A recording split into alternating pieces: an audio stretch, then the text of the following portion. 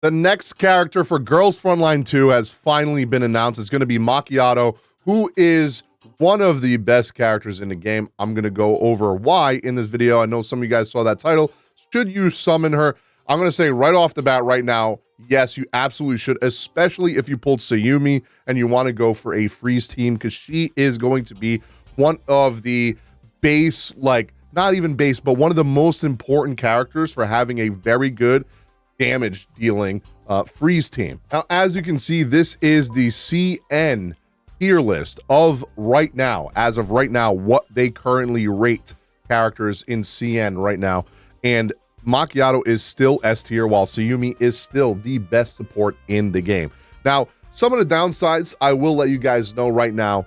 One of her downsides, Makiatto, is she is very strong. Don't get me wrong, she's very strong, but the increase of damage that she gets from going from her base to her one dupe is insane amount of damage. Like, she does way more damage, and you might not feel it if you don't have it, obviously, but if you see other people have a dupe when you're doing PvP, you are going to definitely feel the difference between your Makiatto and theirs. Now, what makes her having one dupe so good is when she kills someone with her skill Cold-Blooded Flash Shot, she gets an additional skill point. Very, very good. Makes her get her ultimate way faster. Also, she has a very Tsundere attitude, and I don't know if you guys like that shit, but I do. If you guys like the Tsundere attitude, she will act that way in her little dorm thing.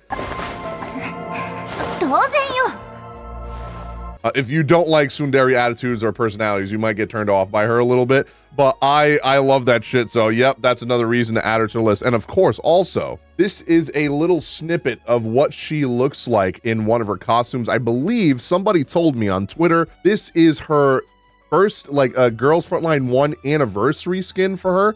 And they ended up putting it in the game. So in CN, this is the skin that she has. Hopefully she launched with this, because I'm buying this skin day one. Now, one of the other important things is she's not heavily reliant on needing the signature weapon. She can do just fine without signature weapon, so you don't have to pull for the weapon. You can use a 4-star if you have it. Another character that she's going to pair really well with, besides Sayumi, she's not out yet, but she will be out shortly after Makiatto's release, is Dushevnaya. She's not currently out right now, but she is also ranked S tier in the Chinese version, and she works perfectly in sync with Sayumi and Makiatto, which is going to form one of the best freeze teams, freeze comps, which is very good for PvP, by the way, and even in PvE, because it slows down the enemy and stops them from moving. Makiatto has one of the best single target DPSs in the game, and she's one of the key members for a freeze team, as I've said. And as of right now, even currently in CN, the freeze element has so many good characters that makes it even better for having Makiatto and makes her performance even better. Now, it's not currently out in global, but her mod key will also grant her an extra turn when it releases after using an ultimate, giving her even more burst damage. And as I said earlier, she has a very good V1 dupe that makes her even stronger. A lot of characters, you have to get their V3 for them to be very, very good, to get enough dupes for them to be good.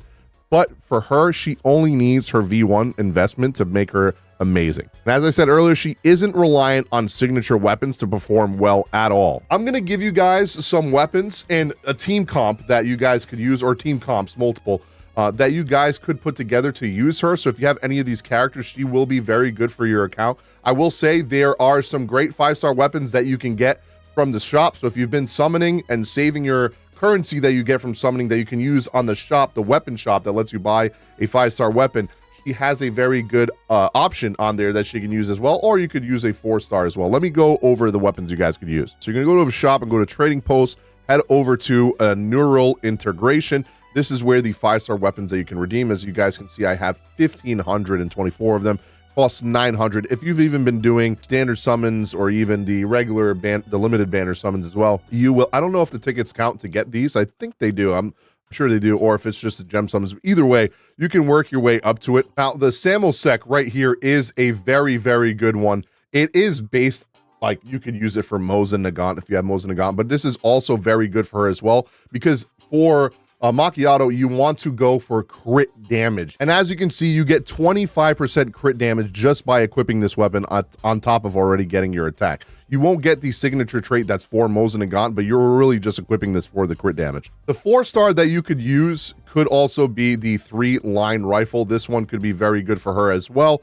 just if you don't have the 5, so you don't want to waste the currency on getting this, or you don't have it yet, and this is the only thing you got, this is a very good alternative for her. Now, if you haven't gone to, you know, level 30 in the battle pass yet, you haven't finished it, or you're saving the box for a character that you really are looking forward to, the best in slot outside of her signature weapon is going to be the battle pass sniper rifle. I think it's called Arcana. You go over here to the battle box where you get a level 30. I think it's not this one. It should be right here. So Arcana is the other sniper rifle. This is the best in slot that you can get for her outside of the, you know, the signature weapon. You could use the one I showed you for Mosin Nagant, but this one is definitely the best option for her. And if you have the battle pass, you can get it. Obviously, it's not free. You get to get the, you have to buy the battle pass, the $10 version of it, but you can get this weapon very easily just by playing the game. Now, as for her set for her attachments, you could go Phase Strike. That's the most generic and, you know, the one that people were probably farming the most because they didn't have like set, you know, specific element characters that they were farming for yet. But definitely the one you want to go for is Ice Boost. When dealing freeze damage, the damage increased by 20%. This is definitely the set that you want to farm. So if you want to start farming for her right now, you can start farming the Ice Boost set for her. So that way she's already ready to get kitted once you pull the character. Now, what you're going to want for her stats is you're definitely going to want crit damage, which I believe the muzzle is the only place where you can actually roll crit damage. Everything else is going to be attack percent, attack, and crit rate. That is literally all you need for the character. I know all you need. Crit rate and crit damage is usually the hardest thing to get.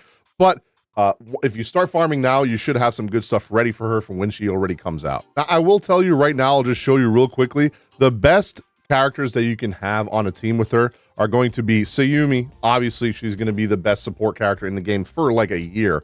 Like, she's going to be still the best. And of course, she has freeze damage. And then you're going to want either a DPS amplifier or just another DPS. I don't have QJ, I don't even know how to pronounce her name, Jongju, or however you pronounce it. I just call her QJ. I do not have her. I've been trying desperately to pull her on the standard banner, but I keep getting weapons. It's really unfortunate. If you don't have her, you could also use the 4-star Nagant right here. She also has amplification. She can amplify your damage dealers to make them do more damage. And I actually really like her outfit. She looks really cute.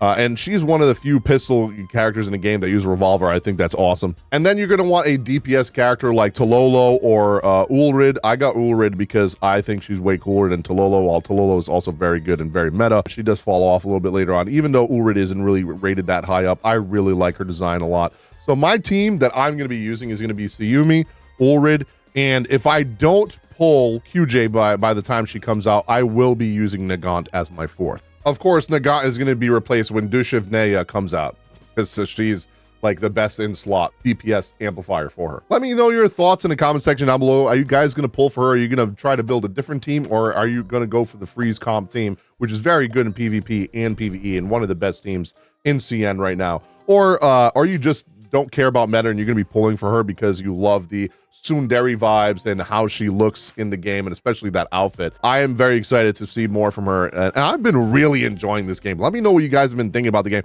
I am so sick and tired of the open world Genshins and Wuthering Waves, and now we got Nanta and like all these NTE, Arknights Enfield, so many open world gachas. It's such a breath of fresh air to have a good tactical or, you know, even turn-based RPGs that come out. I've been loving Girls Frontline 2. It's been one of my favorite gachas in a while. So hopefully you guys are enjoying it as much as I am. Thank you guys so much for watching, and I'll see you all on the next video.